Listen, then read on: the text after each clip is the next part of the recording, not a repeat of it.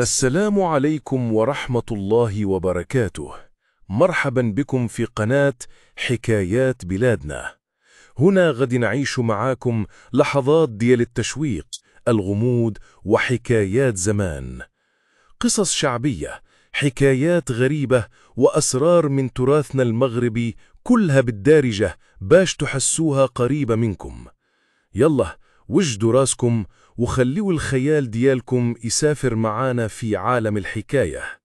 وإلى عجباتكم ما تنساوش تشتركوا في القناة وتفعلوا الجرس باش يوصلكم كل جديد. الصويرة، المدينة الزرقاء والبيضاء. الريح كتعزف موسيقاها الخاصة في الليل والنهار، والبحر كيضرب على الصخور بحال قلب ما كيبغاش يسكت. فالمدينة القديمة الأزقة ضيقة، والناس ديما كيتلاقاو، صيادين، تجار، سياح، وأطفال كيلعبوا بين الحيطان.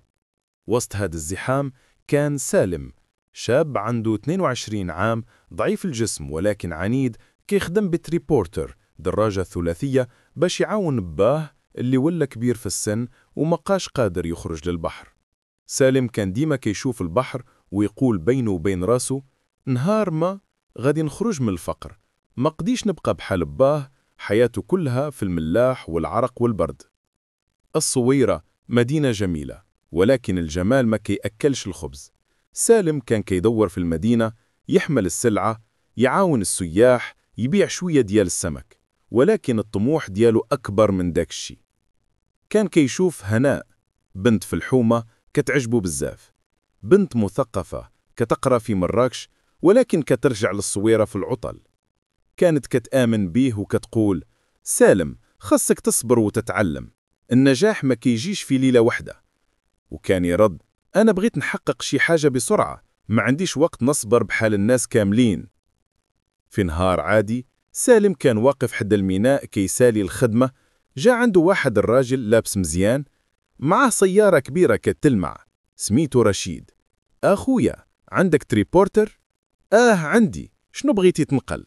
رشيد ابتسم وقال بصوت واطي: سلعة صغيرة، غير شوية ديال البضاعة، ما تسولش بزاف وغادي نخلصك مزيان. سالم تردد، ولكن من لين شاف الفلوس في إيد رشيد قلبه بدا يدق بسرعة. نهارها رجع للدار بجاب عامر، باه فرح، ولكن ما سولو منين جاب داك الرزق. غير هناء اللي شكت وقالت: سالم، الفلوس اللي كيجيو بالساهل كيضيعوك بالساهل.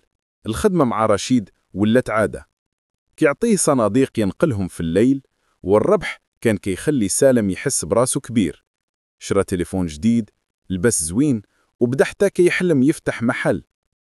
ولكن وحدة من ليالي الضباب وهو راجع بالتريبورتر، القلب بوليس واقف في الطريق. رشيد هرب قبل ما يبان، وسالم بقى بوحده مع البضاعة. شرطي سأله: فين غادي بهاد الصناديق؟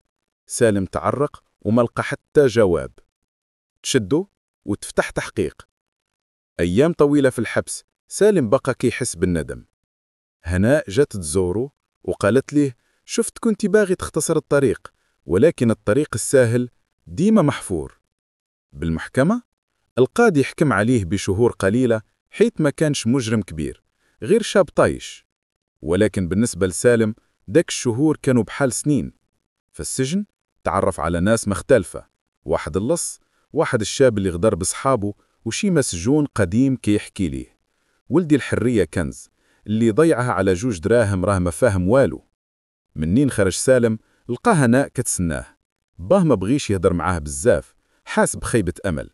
سالم قرر يبدل حياته، رجع يخدم بالتريبورتر، ولكن هاد المرة بجدية، بدا يجمع ريال مع ريال. هناء بقات كتعاونه، جابت له أفكار كيفاش يفتح محل صغير يبيع فيه السمك الطاري والمنتجات المحلية للسياح. بشوية بشوية المحل كبر، الناس بداو يعرفوه كرجل جاد، ماشي شاب طامع. واحد النهار وهو واقف قدام المحل، شاف رشيد بعيد راكب في طوموبيل قديمة ومبهدلة، دار له غير نظرة خاوية ومشى. سالم ضحك وقال: الدنيا دوارة، الطمع كيطيح حتى الكبار. مشى للبحر، وقف على الصخور كيتفرج في الغروب، والريح كتهب بقوة. تذكر كل شيء، الحلم، الغلط، السجن، والبداية الجديدة، وقال بينه وبين راسه: الحلم بحال البحر، إلا دخلتي ليه بلا عقل كيغرقك، ولكن إلا تعلمتي تسبحي فيه كيوصلك لبر الأمان. إلا عجبتكم هاد القصة ما تنساوش ديروا لايك وتشتركوا في قناة حكايات بلادنا باش يوصلكم الجديد كل نهار. وخليوا لنا التعليق، واش عندكم شي قصة سمعتوها في دواركم ولا مدينتكم؟ يمكن نعاودها هنا.